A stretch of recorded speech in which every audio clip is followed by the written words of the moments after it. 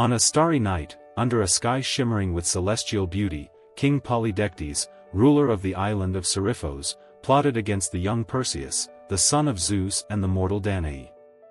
The king sought to rid himself of Perseus out of jealousy for his strength and courage, as the young man stood as an obstacle to his plans to marry Danae, Perseus' beautiful mother.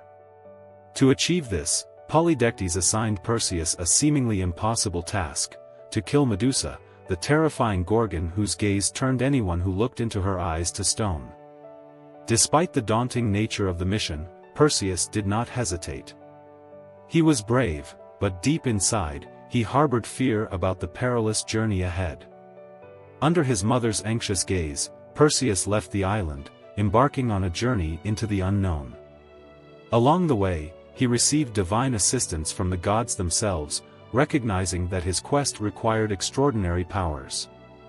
Athena, the goddess of wisdom, gave him a shining shield that acted as a mirror, allowing him to avoid Medusa's deadly gaze.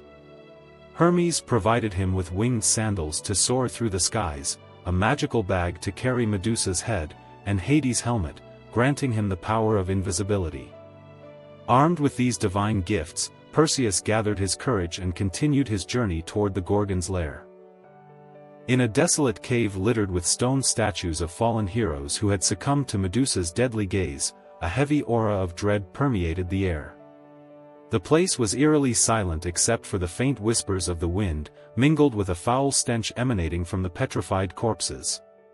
Standing at the cave's entrance, Perseus tightened his grip on his shield and sword, his eyes fixed on Medusa's reflection in Athena's shield. There she was, with her hair composed of writhing serpents and eyes glowing like embers.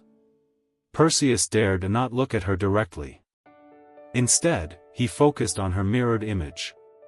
Slowly, with deliberate steps, he advanced toward her, fully aware that one small mistake could cost him his life. When he was close enough, he raised his sword and, with a swift and precise motion, severed Medusa's head. Black blood gushed from her neck as the serpents entwined in her hair hissed their last breaths, attempting to strike him even in death. After placing Medusa's head in the magical bag, Perseus faced another challenge: the enraged pursuit of Medusa's two Gorgon sisters. They charged after him in a fit of wrath. Using his winged sandals, Perseus soared out of the cave at incredible speed.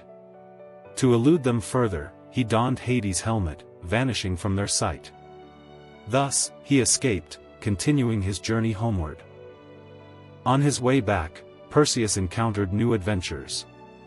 He came across Andromeda, a beautiful princess chained to a rock by the sea, a sacrifice to appease the wrath of Poseidon, who had sent a sea monster to devour her.